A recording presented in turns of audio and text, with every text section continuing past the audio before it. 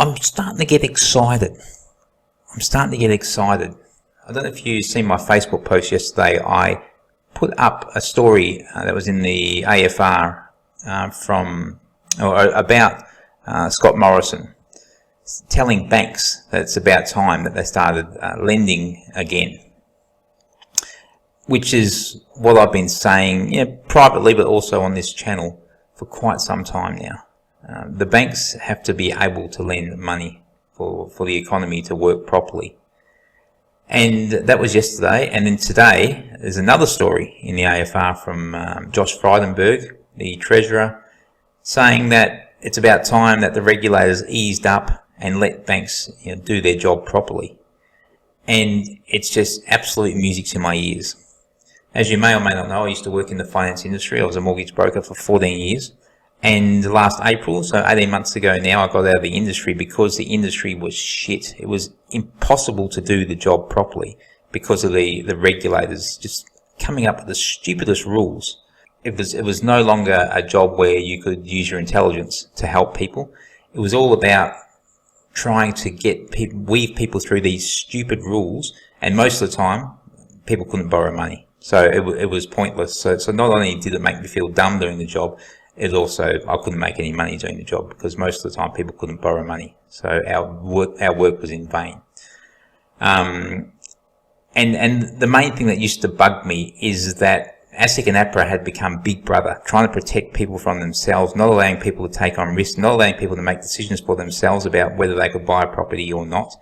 I'm not saying it should be a carte blanche where anyone can get a home loan. Obviously, there have to be some criteria. But it had become ridiculous. So that's the reason I got out of the industry 18 months ago.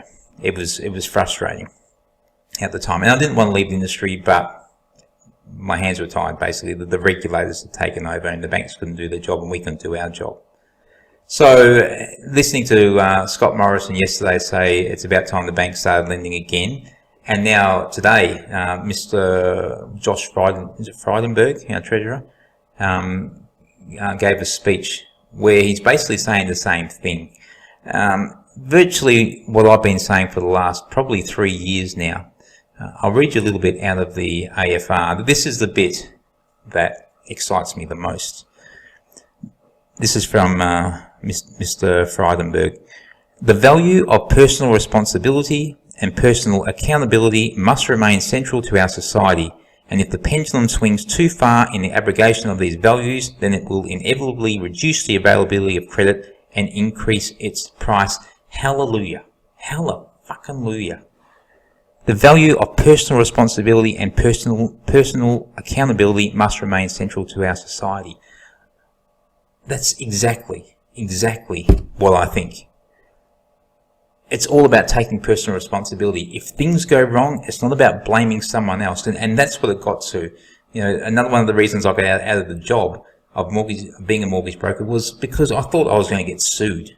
Because I shouldn't say no one, most people do, but it had become that nothing was the borrower's responsibility at all. It was all on the lender, and no matter what the lender did, if the borrower for whatever reason got into trouble and couldn't pay the loan, it was the lender's fault.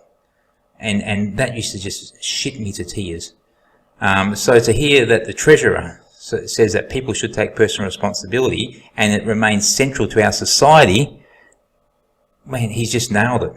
And all of a sudden, I'm a huge admirer of Mr. Frydenberg. And look, I don't know anything about politics. I really don't. Liberal, Labor, I don't care. And he may or may not be a good guy, but that there is exactly what needs to be said, and it's about time that the regulators understood that it's not all the bank's responsibility, it's actually the borrower's responsibility as well, to assess their own risk and make sure they can pay the loan before they actually get the money. So that being said, I can see there's a definite shift in the rhetoric from the number 1 and 2 politicians in the country, and hopefully that will start relating to more money being lent by the banks. And once that happens, I think the economy is set to go into overdrive. And that's why I'm excited about where we sit today and where the stock market sits today. Now I'm going to make a bold claim.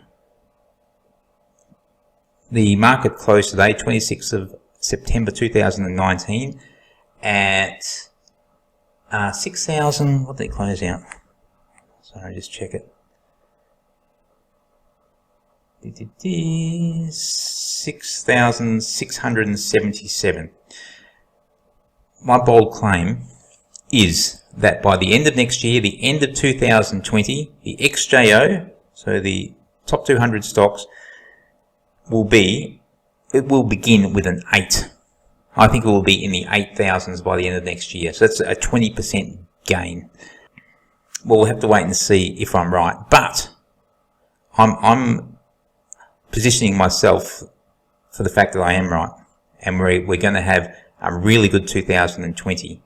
So the last few days, well, today really, yesterday and today, yeah, I've started buying stocks that I think will benefit.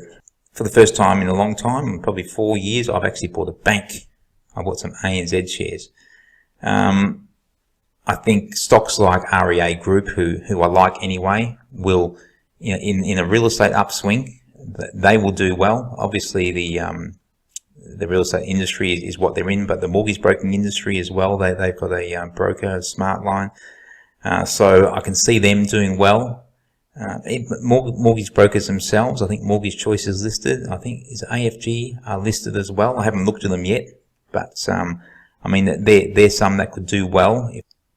Other things that could do well are perhaps developers. I'll be looking at developers and also discretionary spending as well. I don't know, places like Kathmandu and maybe even Maya and those sorts of places. I mean, Maya's been a dog of a stock for a long time, but you know, maybe it's time to look at something like that again. So overall, the point is, I think we're going to have a really good 2020. That's what I wanted this video to be about. I'm excited to hear the rhetoric coming out of the politicians. It takes time for these things to get through to the economy, but you know, I think over the next year or two, we're going to see some really, really exciting times for the stock market. We're virtually at all-time highs now, close to it, but I can see us bursting through that. And you know, 8,000, 20% gain to me is quite achievable over the next 15 months. So I just want to say that. How long have I taken? 8 minutes to say that. How did that happen? Now, what are we? We're Thursday today. On Monday, I'm going to do my 3 stocks to watch. For the first time I've done that vid in maybe, I don't know, 18 months since the last time I did it. So I'm excited to get back and do that video. Of course, before then, the Tigers are playing in the grand final on Saturday. So yeah, good luck to the Tigers. I'm sort of nervous, but I'm sort of not.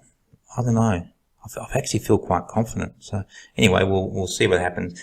Good luck to them. And yeah, let's leave it for now. It's Thursday. We've got one more day to go.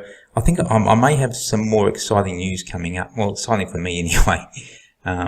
In the next few weeks, if things fall into place, and it will be exciting for everyone, I guess, because, and it will mean that I'll be doing more vids. I'll have more time to do vids as well. So yeah, we'll see on that one. If anything comes of it, I'll let you know in the next couple of weeks what's going on there. Okay, have a good weekend, guys. Go to the Tigers. I'll see you guys on Monday. Talk then. Bye.